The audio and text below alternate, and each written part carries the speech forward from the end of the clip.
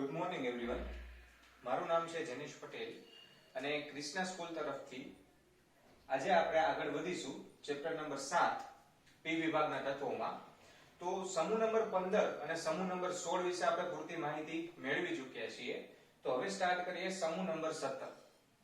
તો સમૂહ નંબર 17 ની જો આપણે વાત કરીએ તો એ સમૂહને આપણે હેલોજન સમૂહ તરીકે ઓળખીએ છીએ.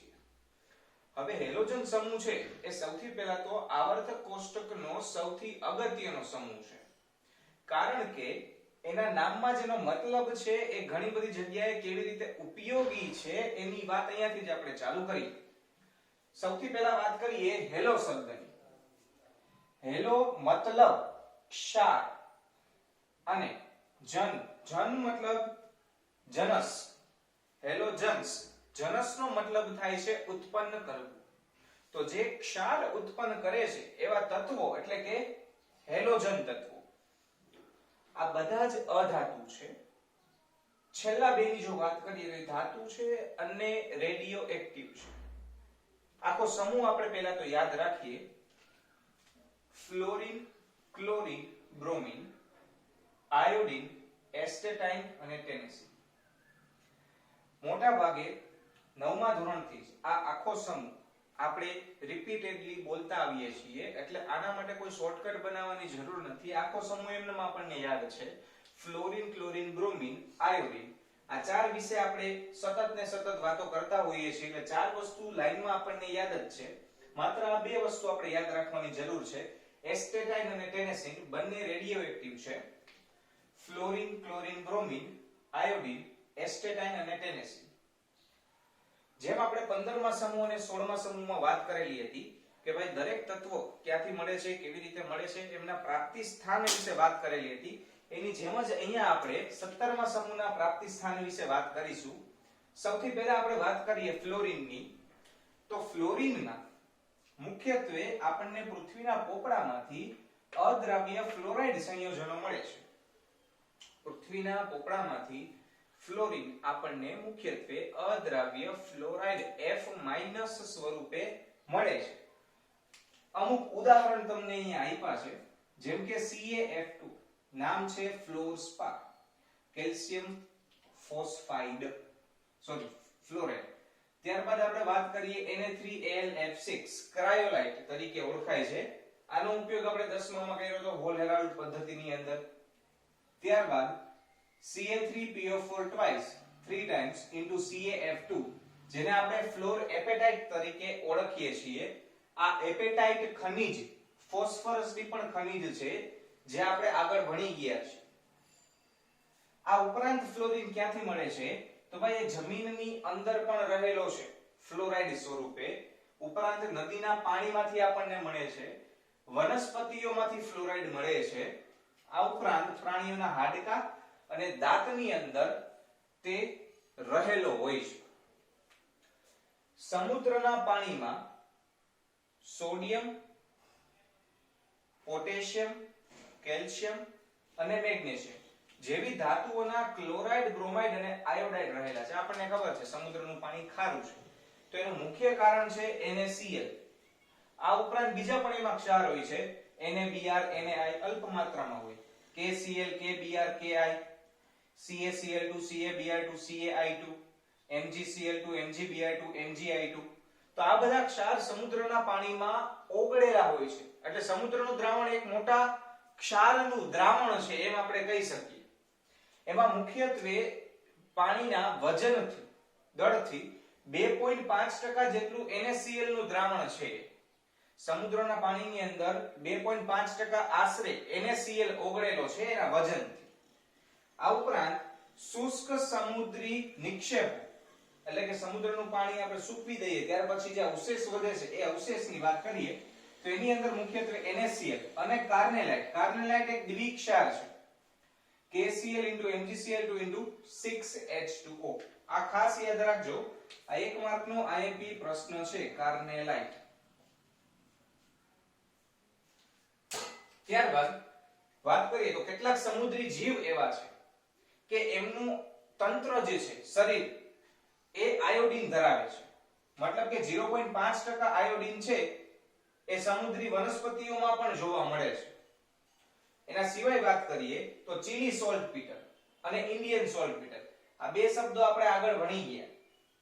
તો એમાં જે ચીલી સોલ્ટપીટર છે એમાં 0.2% સુધી સોડિયમ આયોડેટ NaIO3 આયોડેટ IO3- નું નામ છે. ત્યારબાદ આપણે ટેનેસિન ની વાત કરીએ, રેડિયોએક્ટિવ છે જેમ આપણે વાત કરી હતી, એ 117 મો પરમાણુ ક્રમાંક ધરાવે છે, એનું દળ 294 છે અને એની ઇલેક્ટ્રોન રચના radon 5F14 6D10 7s2 7p5 છે. આ યાદ રાખવું એટલે જરૂરી છે કેમ કે લેબોરેટરી ની અંદર આ બનાવાયેલું છે અને સૌથી લેટેસ્ટ શોધાયેલું તત્વ છે. સૌથી લાસ્ટમાં જે હમણાં તત્વો શોધાયા છે એમાં ટેનેસિન નું નામ આવે છે. ટેનેસિન નો અર્ધાયુષ્ય સમય સેકન્ડનો એક નાનકડો ભાગ છે. એટલે લેબોરેટરીમાં પણ જ્યારે બનાવવામાં આવે છે સેકન્ડના નાના ભાગ માટે જે જોવા મળે છે. આના સિવાય એસ્ટેટાઇન ની વાત કરીએ તો એ પણ કુદરતમાં એટલું બધું અવેલેબલ છે નહીં, કારણ કે એ પણ રેડિયોએક્ટિવ છે, એનું ક્ષયન ઝડપથી થાય છે. આ વાત કરી આપણે સમૂહ 17 ના પ્રાપ્તિ સ્થાનની. હવે એના અમુક ગુણધર્મની આપણે વાત કરીએ. તો જે ગુણધર્મો છે એમાં આપણે સૌથી પહેલો ગુણધર્મ લખીએ છીએ એની ઇલેક્ટ્રોન રચના. ચાલો, હવે ઇલેક્ટ્રોન રચના જે છે, દરેક તત્વમાં એક સામ્યતા છે સમૂહના. એ સામ્યતા છે ns2np5. મતલબ કે s કક્ષકની અંદર એની પાસે 2 ઇલેક્ટ્રોન છે અને p કક્ષકની અંદર એની પાસે 5 ઇલેક્ટ્રોન છે. મતલબ કે એને એની બાજુનો સમૂહ આદર્શ વાયુ 18મો સમૂહ એના જેવું થવા માટે માત્ર એક જ ઇલેક્ટ્રોન ઘટે છે, જે p કક્ષકમાં ખાલી છે. આ થઈ ઇલેક્ટ્રોન રચનાની વાત. દરેકની સામાન્ય છે, એક જ વસ્તુ છે, 2s2 2p7 3s2 3p7 4s2 4p7 એવી રીતે બધામાં કોમન વસ્તુ છે, કોઈ જ તફાવત નથી. ત્યારબાદ જો આપણે વાત કરીએ તો એ આવે છે આયનીકરણ એન્થાલ્પી. ભાઈ જે સૌથી નાનું એની આયનીકરણ એન્થાલ્પી સૌથી વધારે. કેમ? કેમ કે ઇલેક્ટ્રોનને આકર્ષી રાખે, છોડે જ નહીં. બીજી વસ્તુ તમે જોવો, છેલ્લી કક્ષામાં માત્ર એક ઇલેક્ટ્રોન જ ઘટે છે. મતલબ જે 17મો સમૂહ છે એ આવર્ત કોષ્ટકમાં અત્યંત જમણી તરફ છે. હવે અત્યંત જમણી તરફ હોવાના લીધે એનું કદ ઓલરેડી ઘણું સંકોચાયેલું છે. ડાબી તરફના તત્વો કદમાં મોટા હોય, જેમ જમણી તરફ આવો એમ ઇલેક્ટ્રોન વધતા જાય, પ્રોટોન વધતા જાય, આકર્ષણ વધતું જાય, કદ નાનું થતું જાય. તો જમણી તરફ છે અત્યંત, એના લીધે 17મો સમૂહ અત્યંત સંકોચાયેલો સમૂહ છે. મતલબ કે એમાં આકર્ષણ ખૂબ વધારે છે. એમાંથી ઇલેક્ટ્રોન કાઢવો એ ખૂબ જ અઘરી વસ્તુ છે. મતલબ આ લોકો ઇલેક્ટ્રોન ડોનેટ કરતા જ નથી. એટલે આયનીકરણ એન્થાલ્પી સ્વાભાવિક છે ખૂબ જ ઊંચી હશે. ખૂબ જ ઊંચી આયનીકરણ એન્થાલ્પી હોવાના લીધે એ ક્યારે ઇલેક્ટ્રોનનું દાન કરતા નથી, સિવાય કે એનાથી કોઈ વધારે વિદ્યુતઋણ તત્વ હાજર હોય તો. તો ફ્લોરિન છે સૌથી કદમાં નાનું છે, એટલે એની આયનીકરણ એન્થાલ્પી સૌથી વધુ હશે. એના કરતા ઓછી ક્લોરીનની કોઈ અપવાદ નથી. એનાથી ઓછી બ્રોમિન, એનાથી ઓછી આયોડિન. ચારની જ વાત કરશું, છેલ્લા બે રેડિયોએક્ટિવ છે એટલે એની બેની ક્યાંય વાત કરવાની આવશે નહીં. ત્યારબાદ આપણે વાત કરીએ તો એની ત્રિજ્યા, આયનીય ત્રિજ્યા, પરમાણુય ત્રિજ્યા, સહસંયોજક ત્રિજ્યા. ત્રિજ્યામાં કોઈ વધારે તફાવત છે નહીં. માત્ર ને માત્ર એક સિમ્પલ એનો જે નિયમ છે કે સમૂહમાં તમે ઉપરથી નીચે આવો એમ કદ વધતું જાય છે, તો એ જ વસ્તુ ફોલો કરવાની છે. ફ્લોરિન સૌથી નાનું, એનાથી મોટું ક્લોરીન, એનાથી મોટું બ્રોમિન, એનાથી મોટું આયોડિન. ચલો, ત્રિજ્યા બાદ જો આપણે વાત કરીએ ઇલેક્ટ્રોન પ્રાપ્તિ એન્થાલ્પી. આ એક થોડોક ચટપટો મુદ્દો છે એટલે ખાસ ધ્યાન આપજો. ઇલેક્ટ્રોન પ્રાપ્તિ એન્થાલ્પી, ઇલેક્ટ્રોન પ્રાપ્ત કરતી વખતે જરૂરી ઉર્જાનો જથ્થો ઇલેક્ટ્રોન પ્રાપ્તિ એન્થાલ્પી કહેવાય. કોઈ પણ જગ્યાએ કોઈ પણ તત્વને ઇલેક્ટ્રોન પ્રાપ્ત કરવા માટે જે ઉર્જાની જરૂર પડે એને ઇલેક્ટ્રોન પ્રાપ્તિ એન્થાલ્પી કહેવાય. 17મા સમૂહના કિસ્સામાં દરેક ઇલેક્ટ્રોન પ્રાપ્તિ એન્થાલ્પી ઋણ છે. આનું કારણ શું? કેમ કે એમને એક જ ઇલેક્ટ્રોન ઘટે છે સ્થાયી થવા માટે. એટલે જેવો એમને ઇલેક્ટ્રોન મળી જાય છે એ પોતે ઉર્જાને મુક્ત કરે છે. એટલે 17મા સમૂહ માટે ઇલેક્ટ્રોન પ્રાપ્તિ એન્થાલ્પીના મૂલ્યો ખૂબ જ વધારે ઋણ છે. એક અપવાદ છે કે ક્લોરીનની ઇલેક્ટ્રોન પ્રાપ્તિ એન્થાલ્પી સૌથી વધુ છે. કેમ ફ્લોરીન નહીં એની હમણાં આપણે વાત કરીએ, પણ પહેલા આખો ક્રમ જોઈ લઈએ. ક્લોરીનની ઇલેક્ટ્રોન પ્રાપ્તિ એન્થાલ્પી સૌથી વધુ છે, એના પછી ફ્લોરીન, એના પછી બ્રોમીન અને સૌથી છેલ્લે આયોડીન. કદ આમાં જવાબદાર છે. હવે ફ્લોરીનની જો આપણે વાત કરીએ તો આ કેન્દ્રમાં રહેલા એની પાસેના ટોટલ 9 પ્રોટોન, કેન્દ્રમાં રહેલા 9 પ્રોટોન. હવે એની આસપાસ ટોટલ 9 ઇલેક્ટ્રોન ફરે છે. જોયો જરા.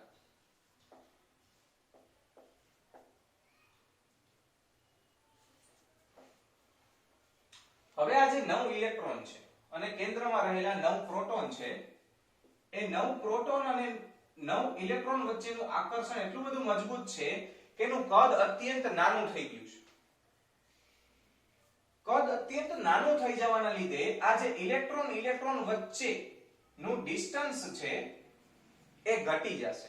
હવે આપણને ખબર છે કે ઋણ એકબીજાને અપા કરશે, ધન એકબીજાને અપા કરશે, તો એના લીધે આ ઇલેક્ટ્રોન વચ્ચેનું અપાકર્ષણ વધી જશે. ઇલેક્ટ્રોન વચ્ચેનું અપાકર્ષણ વધી જશે અને એમાંય આપણે વાત કોની કરીએ છીએ તો ભાઈ ઇલેક્ટ્રોન પ્રાપ્તિ એન્થાલ્પી. હજી એક ઇલેક્ટ્રોન નાખવો છે આપણે. હાલો, ઓલરેડી જગ્યા ઓછી હતી અને એમાં આપણે વધુ એક ઇલેક્ટ્રોન ઉમેરી દીધો. એના લીધે અસ્થાયીતા વધી ગઈ.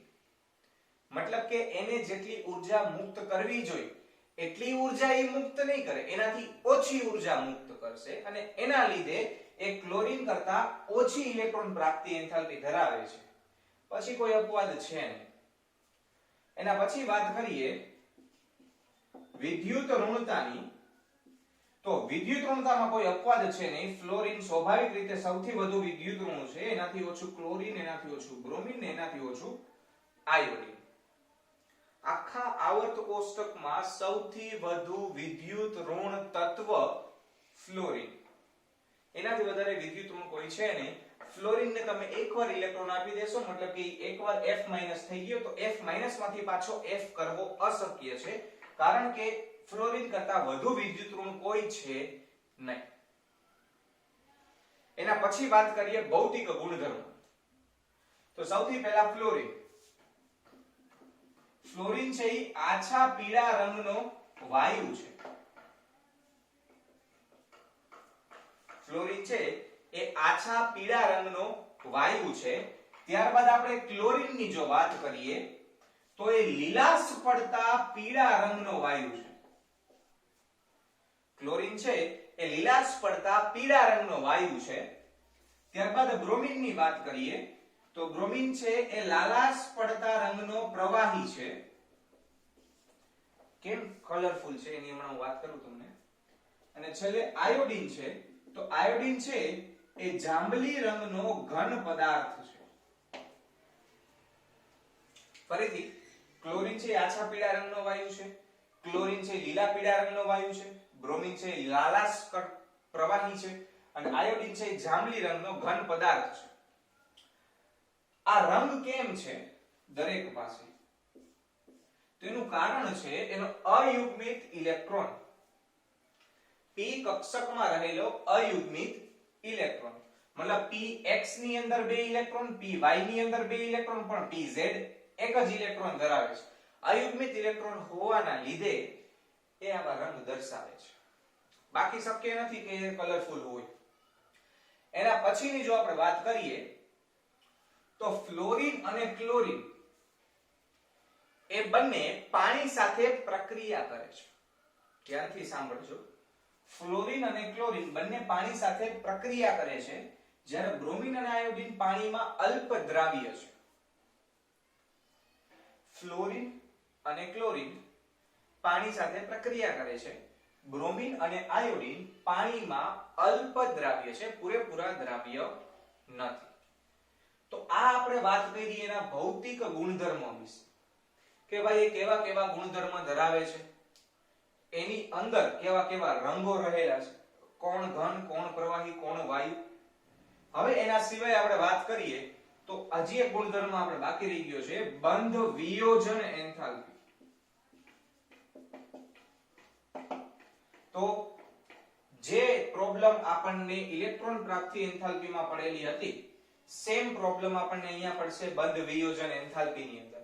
બંધ વિયોજન એન્થાલ્પીમાં ફ્લોરીનનો બંધ તોડવો સહેલો છે, કારણ કે અપાકર્ષણ વધારે છે, કદ નાનું હોવાના લીધે. ઇલેક્ટ્રોન વચ્ચેનું અપાકર્ષણ ખૂબ વધારે હોવાથી બંધ એન્થાલ્પી ફ્લોરીનની ઘણી ઓછી છે, એટલી ઓછી છે કે એના કરતા બ્રોમિનની પણ વધારે છે. આ ખાસ યાદ રાખજો, આ બે જગ્યાએ અપવાદ છે. ગલન બિંદુ અને ઉત્કલન બિંદુની જો વાત કરીએ તો એમાં કોઈ અપવાદ નથી. તમે ફ્લોરીન થી આયોડીન તરફ જશો તો એ ક્રમશઃ વધતા જશે, ગલન બિંદુ અને ઉત્કલન બિંદુ.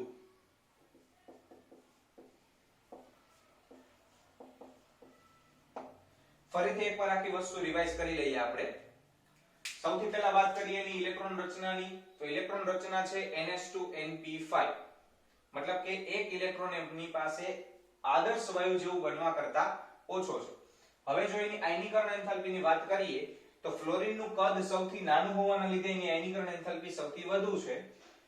જેમ સમૂહમાં ઉપરથી નીચે જઈએ છીએ એમ કદ વધતું જાય છે, એના લીધે આયનીકરણ એન્થાલ્પી ઘટતી જાય છે. એટલે ફ્લોરીન કરતા ક્લોરીનની આયનીકરણ એન્થાલ્પી ઓછી છે. જેને હજી ડાઉટ છે ચડતા ઉતરતા ક્રમમાં, એના માટે ખાસ કે જ્યારે ફ્લોરીન ગ્રેટર ધેન ની નિશાની હોય, મતલબ કે ડાબી બાજુ તરફ પાંખિયા હોય, ત્યારે એ ઉતરતો ક્રમ કહેવાય. ડાબી બાજુ તરફ પાંખિયા, જમણી બાજુ તરફ ખૂણો, તો એ ઉતરતો ક્રમ. ડાબી બાજુ તરફ ખૂણો અને જમણી બાજુ તરફ પાંખિયા એટલે કે લેસ ધેન ની નિશાની હોય તો એ ચડતો ક્રમ દર્શાવે છે. આ ખાસ યાદ રાખજો. ત્યારબાદ ઇલેક્ટ્રોન પ્રાપ્તિ એન્થાલ્પીની વાત કરીએ તો એમાં એક અપવાદ છે, ફ્લોરીનનું નાનું કદ. ફ્લોરીનનું કદ નાનું હોવાના લીધે ઇલેક્ટ્રોનનું અપાકર્ષણ વધી જાય છે. એના કારણે એની ઇલેક્ટ્રોન પ્રાપ્તિ એન્થાલ્પી ક્લોરીન કરતા ઓછી ઋણ છે. આ ઓછી ઋણ છે એ શબ્દ ખાસ યાદ રાખજો, કેમ કે અહીંયા ઇલેક્ટ્રોન પ્રાપ્તિ એન્થાલ્પી ઋણ છે, ધન નથી. મતલબ અહીંયા એક અપવાદ છે, ક્લોરીન પછી ફ્લોરીન આવશે, પછી બ્રોમિન ને પછી આયોડીન. સૌથી વધુ ઇલેક્ટ્રોન પ્રાપ્તિ એન્થાલ્પી ક્લોરીનની છે. વિદ્યુત ઋણતા સૌથી વધુ ફ્લોરીનની છે, સૌથી નાનું કદ ધરાવે છે. એટલે ફ્લોરીન કરતા ક્લોરીનની ઓછી, ક્લોરીન કરતા બ્રોમિનની ઓછી અને બ્રોમિન કરતા આયોડીનની ઓછી છે. બંધ વિયોજન એન્થાલ્પીની જો વાત કરીએ તો અહીંયા પણ એક અપવાદ છે કે ફ્લોરીનની બંધ વિયોજન એન્થાલ્પી ક્લોરીન અને બ્રોમિન બંને કરતા ઓછી છે. એનું કારણ છે ફ્લોરીનનું નાનું કદ, ઇલેક્ટ્રોન વચ્ચેનું અપાકર્ષણ. ત્યારબાદ આપણે જો એના પોટેન્શિયલની વાત કરીએ તો એનો જે વિદ્યુત ધ્રુવ પોટેન્શિયલ છે, એ વિદ્યુત ધ્રુવ પોટેન્શિયલ જેમ ઉપરથી નીચે આવીએ છીએ એમ ઘટતો જાય છે. આ ખાસ યાદ રાખજો. ફ્લોરીનનો વિદ્યુત ધ્રુવ પોટેન્શિયલ સૌથી વધુ છે, કારણ કે તે સૌથી વધુ ઓક્સિડેશન કરતા છે, અને જેમ ઉપરથી નીચે આવશું એમ એ ઘટતો જશે. ઓક્સિડેશન કરતા મતલબ બીજાનું ઓક્સિડેશન કરે, ખુદનું રિડક્શન કરે. આ ખાસ યાદ રાખજો. એટલે ફ્લોરીનનો વિદ્યુત ધ્રુવ પોટેન્શિયલ સૌથી વધુ છે, આયોડીનનો સૌથી ઓછો છે. આ વાત થઈ એના અમુક કિસ્સા જે આપણે એક એક માર્કમાં પૂછાઈ શકે એવા. ખાસ કરીને ઇલેક્ટ્રોન પ્રાપ્તિ એન્થાલ્પી યાદ રાખવી, બંધ વિયોજન એન્થાલ્પી યાદ રાખવી. આ બે વસ્તુ ખાસ યાદ રાખવી. ત્યારબાદ આપણે આગળ જો વાત કરીએ તો એની ઓક્સિડેશન અવસ્થા. ચાલો, ઓક્સિડેશન અવસ્થા છે એ ખૂબ જ ઝળહળતો મુદ્દો છે અને એકદમ સિમ્પલ છે જો વ્યવસ્થિત રીતે સમજવામાં આવે. હવે આ બધા પાસે તમે એની ઇલેક્ટ્રોન રચના જોશો તો આપણને ખ્યાલ આવશે કે એક ઇલેક્ટ્રોન ઓછો છે, વધારે ઇલેક્ટ્રોન ઓછા નથી, માત્ર એક જ ઇલેક્ટ્રોન એમની પાસે ઓછો છે. મતલબ કે જો એક ઇલેક્ટ્રોન એમને મળી જાય તો એ લોકો સ્થાયી થઈ જાય છે. તેથી આપણે એમ કહી શકીએ કે ભાઈ ફ્લોરીન, ક્લોરીન, બ્રોમીન, આયોડીન ની સામાન્ય ઇલેક્ટ્રોન રચના છે એ -1 હશે. સિમ્પલ અને સાદી વસ્તુ છે. એક ઇલેક્ટ્રોન ઘટે છે, એક ઇલેક્ટ્રોન ઘટતો હોવાના લીધે જો એક ઇલેક્ટ્રોન એમને મળી જાય તો આદર્શ વાયુ જેવી ઇલેક્ટ્રોન રચના થઈ જશે અને આદર્શ વાયુ જેવી ઇલેક્ટ્રોન રચના થઈ જવાના લીધે એમની સ્થાયી ઓક્સિડેશન અવસ્થા -1 છે. ચારે ચાર હેલોજન -1 બનાવે છે. ફ્લોરીન એકમાત્ર એવું છે જે માત્ર ને માત્ર -1 બનાવે છે. મેં કીધું કારણ કે એનાથી વધુ વિદ્યુત ઋણ કોઈ નથી. ત્યારબાદ જો આપણે ક્લોરીન, બ્રોમીન, આયોડીન ની જો વાત કરીએ તો એની પાસે +1 થી લઈ +7 સુધીની વિશાળ રેન્જ છે. આટલી મોટી રેન્જમાં એ ઓક્સિડેશન અવસ્થા બદલાવી શકે છે. કેવી રીતે? એનું એક સામાન્ય ઉદાહરણ આપણે સમજીએ. આ 2s નું બોક્સ છે, મતલબ કે s કક્ષકનું બોક્સ છે. ત્યારબાદ આ p કક્ષકનું બોક્સ છે અને આ ખાલી d કક્ષકનું બોક્સ છે. જો ફ્લોરીનમાં d કક્ષક હોય જ નહીં, ફ્લોરીન પાસે d કક્ષક નથી, એટલે માત્ર આપણે આ ત્રણ વિશેની જ વાત કરીએ છીએ.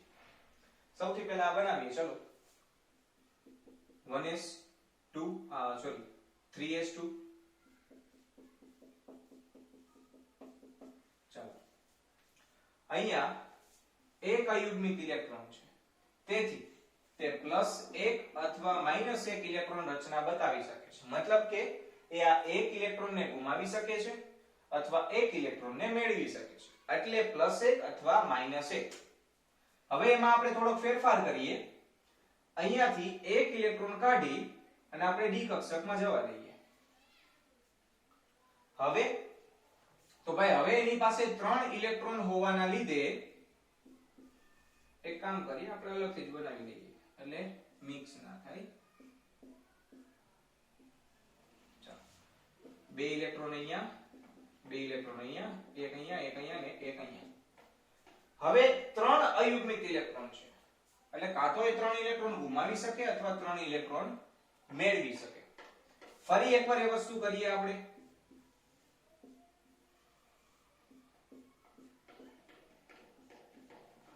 તો 2 ઇલેક્ટ્રોન s કક્ષકના અને અહીંયાથી ફરી પાછો એક ઇલેક્ટ્રોન જમ્પ કરીને d કક્ષકમાં. તો d કક્ષકની અંદર 2 અને p ની અંદર 3, એટલે ટોટલ હવે 5 ઇલેક્ટ્રોન એવા થઈ ગયા છે. એના લીધે એ કાં તો 5 ઇલેક્ટ્રોન મેળવી શકે છે કોઈ બીજા પાસેથી અને કાં તો આ 5 ને ડોનેટ કરી શકે છે. હજી એક જોડ છે આપણી પાસે, તો હજી એકવાર આપણે એ વસ્તુ કરી શકશું.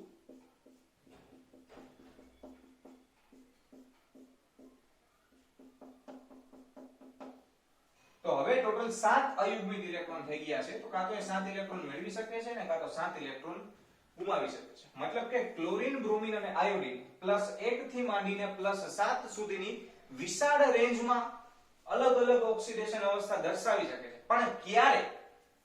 તો ક્લોરીન છે એ માત્ર ફ્લોરીન અને ઓક્સિજનની હાજરીમાં જ પ્લસ બતાવે છે. કેમ કે ક્લોરીન છે એ આ 2 કરતા ઓછું વિદ્યુતઋણ છે. જો બ્રોમીનની વાત કરીએ તો એની પાસે ક્લોરીન પણ આવી જશે, ત્યારે એ પ્લસ થશે. આયોડીનની વાત કરીએ તો ફ્લોરીન, ઓક્સિજન, ક્લોરીન અને બ્રોમીન આટલાના સંપર્કમાં આવે તો આયોડીન પ્લસ થાય. મતલબ કે આ જે પ્લસ ઓક્સિડેશન અવસ્થા છે એ તત્વ પ્રમાણે લખેલા કિસ્સાઓમાં જ જોવા મળે છે, બાકી બધે એ -1 જ જોવા મળે છે. આ ખાસ યાદ રાખજો. આ આપણે વાત કરી એની ઓક્સિડેશન અવસ્થા. હવે ઓક્સો એસિડ ની વાત કરીએ તો ભાઈ આના ઓક્સો એસિડ છે એ મુખ્યત્વે +4 અને +6 સ્વરૂપે હોય છે. બીજાય છે એવું નથી, બીજા અવસ્થાવાળા ઓક્સો એસિડ છે, પણ મુખ્ય સ્થાયી એવા ગણો તો +4 અને +6. આગળ આપણે ડિટેલમાં એના વિશે સારી એવી વાત કરવાની જ છે. અત્યારે આ તો એક ઓક્સિડેશન અવસ્થાનો મુદ્દો આવ્યો છે એટલે વાત કરીએ છીએ.